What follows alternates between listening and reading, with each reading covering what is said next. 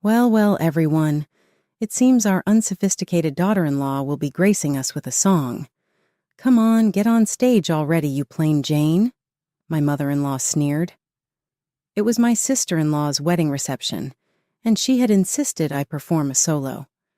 As usual, my mother-in-law found a way to demean me. Her nerve to humiliate me even at such a celebratory event bewildered me. What's taking so long? Hurry up. She's getting impatient. Her tone sharpened. Fine then, I'll do it. Excuse me. I stood up from my seat and walked deliberately towards the stage. I'm Erica, 33 years old. I live with my husband Paul, also 33, and our 4-year-old daughter Janice. We've been married for 8 years. I lost my parents as a child and was raised by my grandparents. Wanting to ease their burden, I dropped out of high school and started working at a local factory. Paul and I attended the same high school and reconnected at a reunion when we were 21. We hit it off and started dating. 3 years after Paul graduated from university, we got married.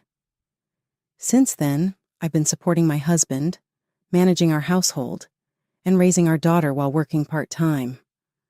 Lately, Janice has been asking me, "Mom, teach me how to sing."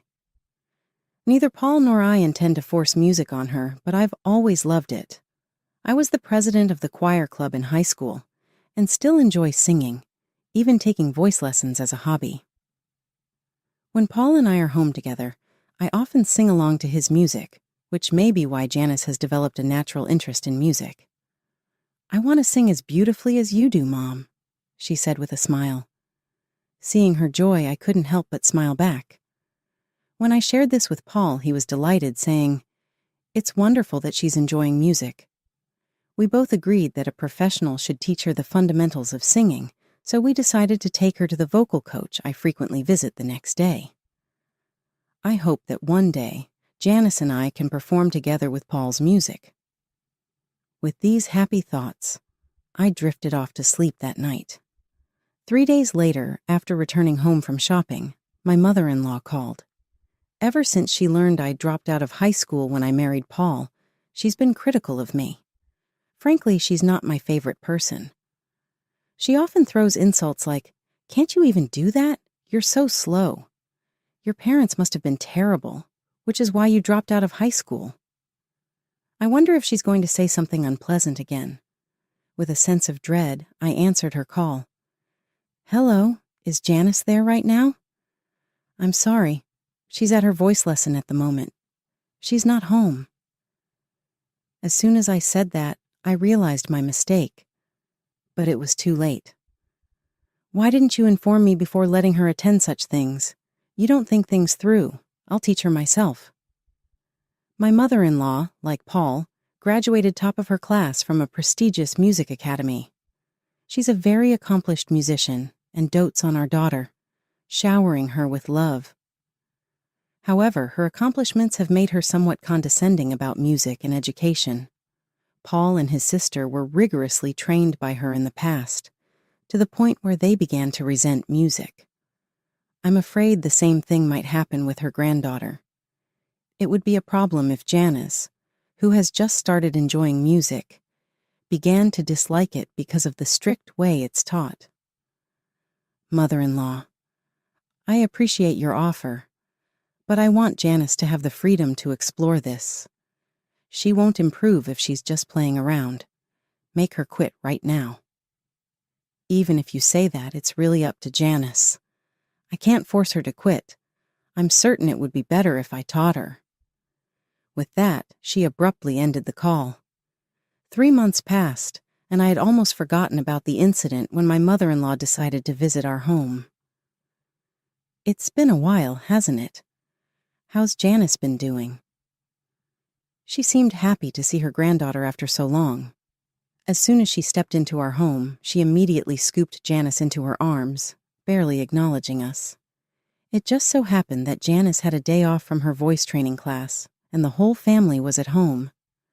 "Granny, I've gotten good at singing," Janice exclaimed, boasting to her grandmother. "Really? Could you sing something for me?" Worried about what my mother-in-law might say to Janice, I intervened. How about we eat first before we hear her sing? It's lunchtime after all. Trying to distract her, I hoped to delay the moment. But don't interrupt when she's about to sing for me. My mother-in-law dismissed my suggestion with a single comment. I'm sorry, Janice dear. Can you sing for me? She asked. Hearing her request, Janice began to sing. From the perspective of my mother-in-law, who graduated as the valedictorian of a music conservatory, my daughter's singing might sound rather unpolished. I had a sinking feeling inside me, worried that my daughter might receive some critical remarks. However, my mother-in-law applauded and praised her, saying, "You did well. You've practiced a lot." Far from making any sarcastic comments, she genuinely complimented her. "Thank you, Grandma," my daughter beamed, happy to be praised. I sighed in relief, realizing that even my strict mother-in-law wouldn't criticize her granddaughter. "I thought Mom might say something," Paul whispered to me, looking relieved. Nothing particular happened after that, but as evening came, I noticed that Janice had fallen asleep. "Excuse me, mother-in-law, since Janice has fallen asleep, I'll take her to her room." I picked up Janice and carried her to her bedroom. After I tucked her in, I returned to the living room. As soon as I came back, my mother-in-law said, "Didn't you think Janice's singing was awful, Erica? It's a waste of money to send her to a class that can only teach her to that level. I'll teach her myself." I guess that's what she concluded after hearing my daughter sing. But as I said before, we can't decide that without considering Janice's feelings. If you keep saying such soft things, that's all she will ever be able to sing, my mother-in-law retorted, clearly unwilling to listen to anything I had to say. I looked to Paul for support, but when it came to music, he couldn't stand up to his mother and remained silent. About 5 minutes of tense silence followed, and it was Paul who eventually gave in, saying, "All right, Mom, go ahead and teach Janice to sing for a while." Hearing those unbelievable words from Paul's mouth, my mind went blank. Is this some kind of joke? Don't they care how Janice feels after she has been so happy about her music lessons? What if Janice ends up hating music because of her grandmother's strict teaching? Wait a minute, isn't that a bit too selfish? I confronted Paul, anger welling up inside me. What can we do when it comes to music? She's much better than me, and it's a fact that I improved by being taught by her. My anger was so intense that I felt like waking up Janice right then and leaving the house with her. "So, I guess this means Janice is quitting her voice training class," I said. My mother-in-law had a triumphant look on her face, but I added, "All right, but remember, this is not a music conservatory, so please absolutely do not push Janice into anything she dislikes. I know you think I'm not as educated as you, but respect her feelings." I said what I had to say, knowing she would never back down, and let her leave for the day. That night my husband apologized for his mother's behavior, but I didn't even want to look at him. I ignored him and went to bed. The next morning I told my daughter Janice, "From today, instead of going to the voice training class, let's have Grandma teach you to sing here at home, all right?" When she heard this, she looked very sad, but said nothing, and just nodded. "I'm sorry," I said, seeing her disappointment, and all I could do was apologize. At noon, my mother-in-law arrived at our home. "Janice, starting today, Grandma is going to teach you to sing even better," she said to my daughter with a smile. As soon as the lesson began, her teaching style became increasingly strict. Within an hour, it was, "You're wrong. You're making the same mistake in the same place. Do it again." I knew it would turn out like this, and I regretted my decision. "Mother-in-law, this isn't what we agreed to, is it? Could you be a bit gentler?" I asked. "What are you talking about? I'm being gentle. Don't interfere. Why don't you quietly do some housework that you can hardly handle?" 4 hours passed, and at last my mother-in-law's lesson ended. "Well, see you tomorrow. Remember to practice what we did today," she said as she left, seemingly pleased with herself. "If I'm going to get yelled at this much, I don't want to sing anymore," Janice said, seated in her chair. I felt intense hatred for my mother-in-law like I'd never felt before. She had taken away what my daughter enjoyed, caring only about her satisfaction. This cannot go on. I won't let my mother-in-law have her way. Her singing lessons continued in the days that followed. However, after about a week, Janice told me, "I don't want Grandma to teach me anymore. I don't want to sing." Given my mother-in-law's strict teaching style, I thought it couldn't be helped. You don't have to force yourself. If you want to quit, that's okay too. "So, you don't want to go back to the voice training class?" I asked, hoping she would consider it, as she had initially been excited about it. Janice hadn't come to hate singing itself. It seemed that the harsh words from her grandmother, and the lack of praise even when she felt she did well, were making it unenjoyable for her. "Why don't you go back to your voice training lessons and give it another shot?" I suggested gently. Janice perked up and nodded enthusiastically. The next day, I called my mother-in-law to relay Janice's decision. "I'm sorry to say this, but from tomorrow, Janice will be returning to her original voice training classes." "How can she whine about giving up after just a week? Isn't it your fault for raising such a weak-minded child?" my mother-in-law snapped. "Well, it might be, but even though you graduated top of your class from a prestigious music college, it seems that's the only way you know how to teach.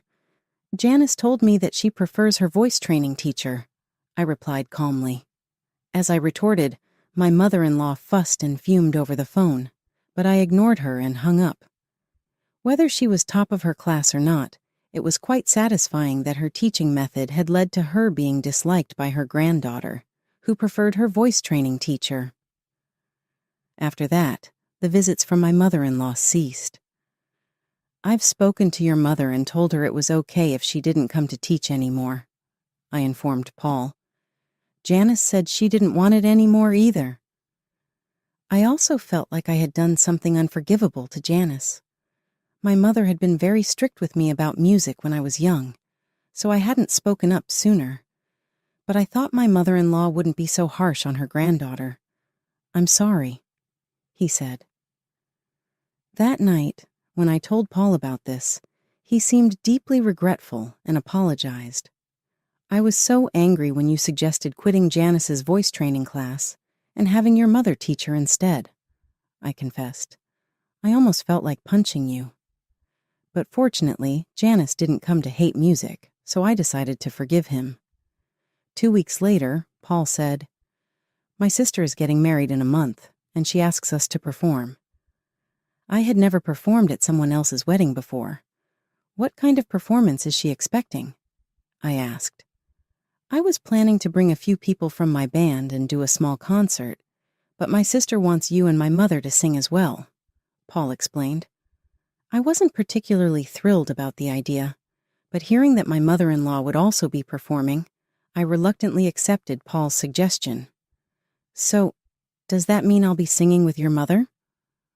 "Well, yeah, that's how it seems." Singing with my mother-in-law of all people, I wondered if it would be all right, but if I happen to sing better than her at this performance, I wonder what she'll say.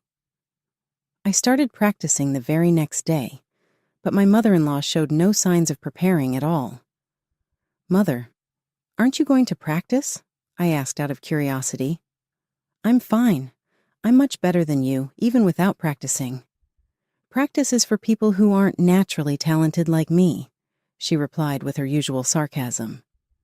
I decided engaging with her was a waste of time and focused on my preparations. After we decided on the song for the performance, I increased the frequency of my voice training lessons. I was tired of my mother-in-law's ridicule and, above all, anxious about singing in public after such a long time without proper training. On the day of my sister-in-law's wedding, the ceremony went smoothly, and the time for the entertainment finally came. First, my husband Paul took the stage and began to play his music. As expected, given he plays regularly, he was confident and exuded an elegant aura. I was utterly mesmerized by Paul's performance. I'm not feeling well today. Could you sing on your own? My mother-in-law suddenly told me. What? That's so sudden, it's not fair, I protested. Well, there's nothing we can do about it. Or what? Are you too embarrassed to sing in front of others because you're uneducated and ugly? She said without a hint of remorse. Okay, I know it. She's doing this on purpose. I thought and decided to retort. Being uneducated and ugly, I've practiced hard so I won't be embarrassed singing in front of others. I asked you several times if you needed to practice, but you showed no signs of doing so. Could it be that you're such a terrible singer? That's not true. My mother-in-law raised her voice in response. The people around us began to stir, wondering what was going on. I'm sorry, it's nothing, I murmured as I got up from my seat, apologized to those around me, and then confronted my mother-in-law. Graduating as valedictorian from the music college, you sure talk big about teaching others, huh? Are you avoiding singing with me because you're embarrassed that I might outshine you? What did you say? There's no way that's true. If I sing with someone uneducated and ugly like you, it would only bring me down. Didn't your parents teach you that you and your parents are truly incompetent? She disparaged me, insulting not just me but my parents in front of everyone. Embarrassed and angry, I wanted to leave right then, but running away would only please her. What are you doing just sitting there? Hurry up and go. Fine then, I will. Excuse me, I replied. Just as Paul's performance ended, I took his place on stage. Originally, I was supposed to sing with my mother-in-law, but as she's not feeling well, I'll be performing solo. Instead of the planned song, I chose an opera aria from The Marriage of Figaro, a piece I had practiced intensely during my competitive singing days. As I began to sing, the years of vocal training paid off, and I delivered with excellent vocal control, achieving the most beautiful vibrato I had ever produced. It was a remarkable moment. The audience was captivated by my performance, exclaiming, "Wow, her voice is incredible." And, "Is she a professional?" When I finished without a hitch, the audience rose to their feet in a standing ovation, showering me with thunderous applause. "Congratulations on your wedding, sister-in-law," I addressed the newlyweds. "I used to lead the choir in high school, and it's been a while since I sang in front of an audience, so I was a bit nervous. How did I do? Thank you all for listening." With that, I returned to my seat. My daughter, wide-eyed and impressed, pleaded, "Mom, your voice was so beautiful. Can you teach me next time?" Watching this, my mother-in-law, clearly jealous, muttered, Anyone can sing like that. Don't get ahead of yourself," seizing every opportunity to belittle my singing. Just as I thought the entertainment segment was over, my sister-in-law unexpectedly said, "Mother-in-law, and you should sing too." It was unexpected, and my mother-in-law looked at her daughter in confusion. "I've never heard you sing, Mom, and since you taught me so much about music when I was young, I'd love to hear you sing," my sister-in-law expressed sincerely. The attendees chimed in, "Mother-in-law, you should sing." Word had spread that my mother-in-law was a top graduate of a prestigious music school, and the crowd grew excited about her performance, creating an atmosphere where she felt compelled to sing. "Well, with all this, I guess you have to sing now, don't you?" I couldn't resist adding. All right, if you insist," she responded, making her way to the stage. The moment my mother-in-law took the stage, the energy in the room peaked. But as she began to sing, wait, no way. I might even be a better singer, murmurs could be heard throughout the crowd. She must have heard them too. My mother-in-law's voice seemed off, and her singing was quite poor. Despite her usual criticisms of others' singing, her pitch was all over the place. Honestly, I felt I was still the better singer. The atmosphere grew awkward as her performance ended. Unlike when I sang, the venue was filled with a cold atmosphere and the applause was sparse. It seemed everyone acted as if they'd seen something they shouldn't have, as if her turn had never happened. Upon returning to our table, my mother-in-law, her face flushed red, shouted at me, "That's why I didn't want to sing. If you had sung properly, my daughter wouldn't have asked me to do this." Her tone was angry, but I couldn't understand why. I think my sister-in-law genuinely wanted her mother to sing. It seemed like she wanted the wedding to be blessed by your voice, which has influenced her music since childhood. I said, "Do you think so?" To me, it seemed like she wanted to embarrass me. My mother-in-law's response astonished me. Despite her critiques of others' music and performances, she didn't want to sing in public because she knew she wasn't good at it. She never hesitates to criticize others' music. Yet when it comes to her singing, she suddenly, "I don't accept criticism." Such self-centeredness is unacceptable. My daughter Janice's newfound love for music might be crushed by her grandmother. I couldn't bear my mother-in-law's attitude any longer.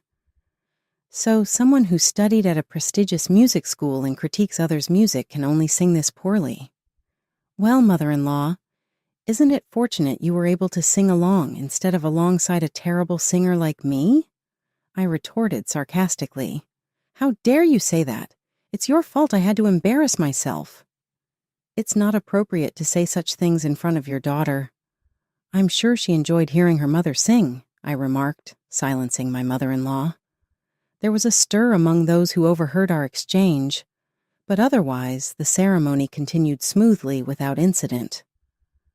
2 days later, my mother-in-law stormed into our house. "I can't just let this go. I demand an apology for what happened," she declared, catching me off guard. I shot back, "What exactly am I supposed to apologize for? I didn't realize your singing would be so poor. If anything, I believe you owe us an apology." "What do you mean?" "I have nothing to apologize for. You forced me to sing a song I disliked and made a fool of myself," she insisted. "No, not to me, but to Janice. Because of your actions, Janice almost lost her love for music that she had just started to enjoy." Despite your education at a prestigious music school, why would you jeopardize a child's burgeoning interest in music just because things didn't go your way? Is that what they taught you there? I received no musical training from you, yet I sang at the reception and even received applause. How about you, mother-in-law? Would you like some singing lessons? "I'd be happy to give you some thorough instruction," I challenged. My mother-in-law was left speechless by my words. "If you have nothing else to discuss, please leave. I won't tolerate your interference with our daughter or my husband's music any longer," I concluded firmly.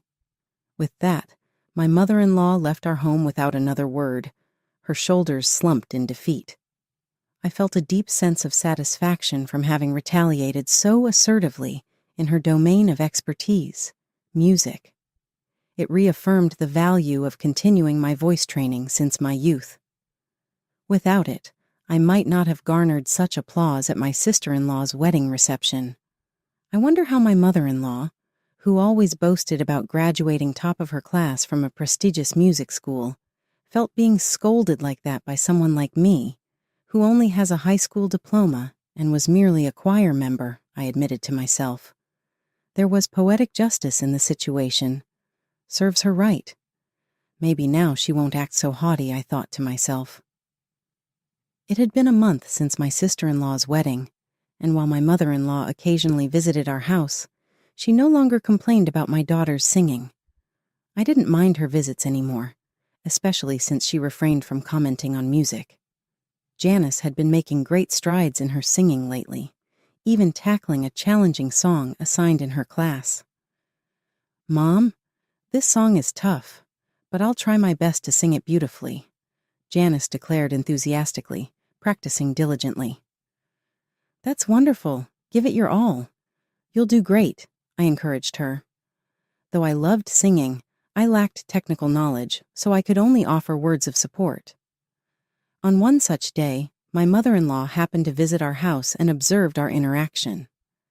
"Erica, this song isn't something Janice can handle just by trying her best," she remarked. Janice, pay close attention. It should sound like this, my mother-in-law continued, demonstrating incredible kindness and patience, qualities I hadn't expected from her based on past experiences. She patiently explained until Janice grasped the technique.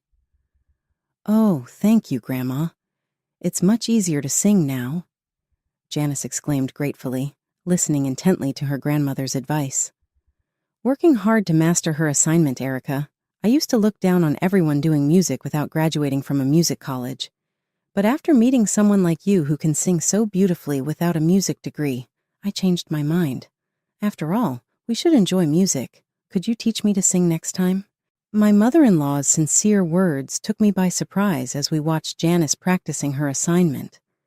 It was a moment of unexpected understanding and reconciliation, a sign that perhaps our differences were finally bridged through music. It caught me off guard to hear such words suddenly, but I suspect the sarcastic comment I made after my sister-in-law's wedding had an impact. My lessons are quite difficult, you know, I jokingly remarked to my mother-in-law. Oh, I won't be overbearing anymore. I do regret how I treated Paul, too, though it's too late now. But if you can handle it, Erica, I'm ready. After that conversation with my mother-in-law, I felt reassured that she wouldn't criticize Janice's music anymore. Despite all that had transpired, the tension between us gradually eased, and since then, we've often gone to karaoke together, growing close enough to even sing duets.